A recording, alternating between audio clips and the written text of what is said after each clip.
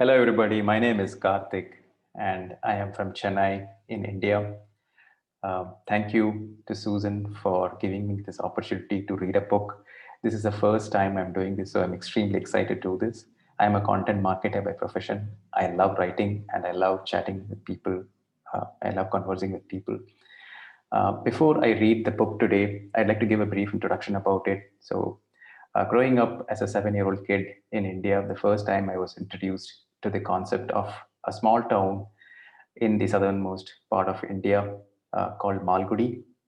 Uh, that was the first time I watched a TV serial that showed the quaint old town of Malgudi with its characters, with a 9 or an 8-year-old child, his adventures, his games, his life, his daily life, and showing life from his perspective was beautiful to watch. The author of the book is a person by name R.K. Narayan. R.K. Narayan is one of my favorite authors. I have read nearly every book that R.K. Narayan has written. The reason why I chose this book today is because I wanted to give you all a glimpse of how India looked like much before we achieved independence in 1947. It's so beautiful to read. I can relate a lot to this book because it gives very pleasant memories of my childhood back home in the village, the dry, dusty bowls of India. But I would like to give you an introduction, a glimpse into how beautiful the scenes were and how beautifully R.K. Narayan has written this. So let me just start reading this. Sure. The story is about how a train station gets set up in the town of Malgudi and how people are excited about it. And the story is narrated from a child's perspective. So I hope you enjoy my reading. The train comes to Malgudi. We noticed much activity in the field in front of our house. A set of men arrived from the town every morning and were busy in the field all day. We learned that they were building a railway track. They came to my father's shop for refreshments. My father inquired anxiously, "When shall we have the trains coming in here?" If they were in a good mood, they answered, "About 6 or 8 months.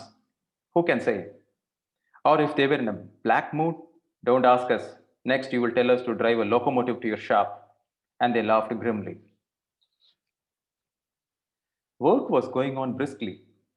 I lost to some extent my freedom under the tamarind tree because trucks were parked there. I climbed into them and played.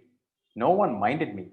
All day I was climbing in and out of the trucks, and my clothes became red with mud. Most of the trucks brought red earth, which was banked up on the field. In a short while, a small mountain was raised in front of our house. It was enchanting.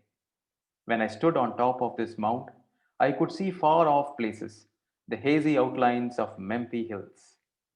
I became as busy as the men. I spent all my time in the company of those working on the track, listening to their talk and sharing their jokes. More trucks came, bringing timber and iron. A variety of goods was piling up on every side. Recently, I began to collect sawn off metal bits, nuts, and bolts, and I treasured them in my mother's big trunk, where a space was allotted to me amidst her ancient silk saris which she never wore. A boy grazing his cows approached the spot just below the mound on which I was playing a game by myself. His cows were munching the grass right below the mound on which the men were working, and the little fellow had dared to step on the slope where I played. I was beginning to have a sense of ownership of the railway, and I didn't want trespassers there. I frowned at the boy and barked, "Get out!" "Why?" he asked. "My cows are here. I'm watching them." "Begone with your cows," I said. "Otherwise, they will be run over by the train, which will be here shortly." "Let them be. What do you care?" he said, which irritated me so much that I let out a yell and pounced on him with "You son of a," and a variety of other expressions I had recently picked up. The boy, instead of knocking me down, ran screaming to my father, "Your son is using bad language." My father sprang up on hearing this. Just my misfortune. He came rushing toward me as I was resuming my game and asked, "What did you call this boy?" I had the good sense not to repeat it. I blinked wordlessly, at which the boy repeated exactly what I had said. This produced an unexpectedly violent effect on my father. He grabbed my neck within the hollow of his hand and asked, "Where did you pick that up?" I pointed at the men working on the track. He looked up, remained silent for a second, and said, "Oh, that is so, is it? You will not idle about picking up bad words anymore. I will see to it. You will go to a school tomorrow and every day." "Father," I cried. He was passing a harsh sentence on me to be removed from a place I loved to a place I loathed.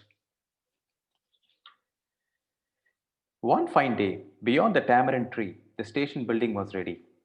The steel tracks gleamed in the sun.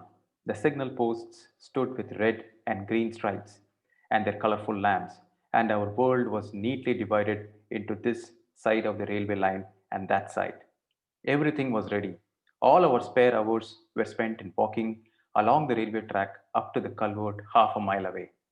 We paced up and down our platform. A gold moher sapling was planted in the railway yard. We passed through the corridor, peeping into the room meant for the station master. One day, we were all given a holiday. "The train comes to our town today," people said excitedly. The station was decorated with festoons and bunting. A piper was playing, bands were banging away, coconuts were broken on the railway track, and an engine steamed in, pulling a couple of cars. Many of the important folk of the town were there: the collector and the police superintendent and the municipal chairman, and many of the local tradesmen who flourished green invitation cards in their hands were assembled at the station. The police guarded the platform and did not allow the crowds in. I felt cheated by this. I felt indignant that anyone should prohibit my entry to the platform. I squeezed myself through the railings at the farthest end, and by the time the engine arrived, I was there to receive it. I was probably so small that no one noticed my presence. Tables were laid, and official gentlemen sat around refreshing themselves. And then several men got up and lectured. I was aware only of the word Malgudi recurring in their speeches. There was a clapping of hands. The band struck up, the engine whistled, the bell rang, the guard blew his whistle, and the men who had been consuming refreshments climbed into the train. I was half inclined to follow their example, but there were many a policemen to stop me. The train moved and was soon out of sight. A big crowd was not allowed to come onto the platform. My father's shop had record sales that day. This story is from the book called Malgudi Adventures by R.K. Narayan. And this story vividly captures the scene that would have happened more than probably 70, 80, or 100 years ago. The first time India saw its first railway lines, railway tracks. Imagine the sense of thrill and excitement that a 7-year-old or an 8-year-old kid was undergoing at that time. This is so beautiful to hear, this is so beautiful to read. Every time I read this, I am transported to that time. I hope you enjoyed my reading. Thank you so much. Take care and have a fabulous 2021 ahead.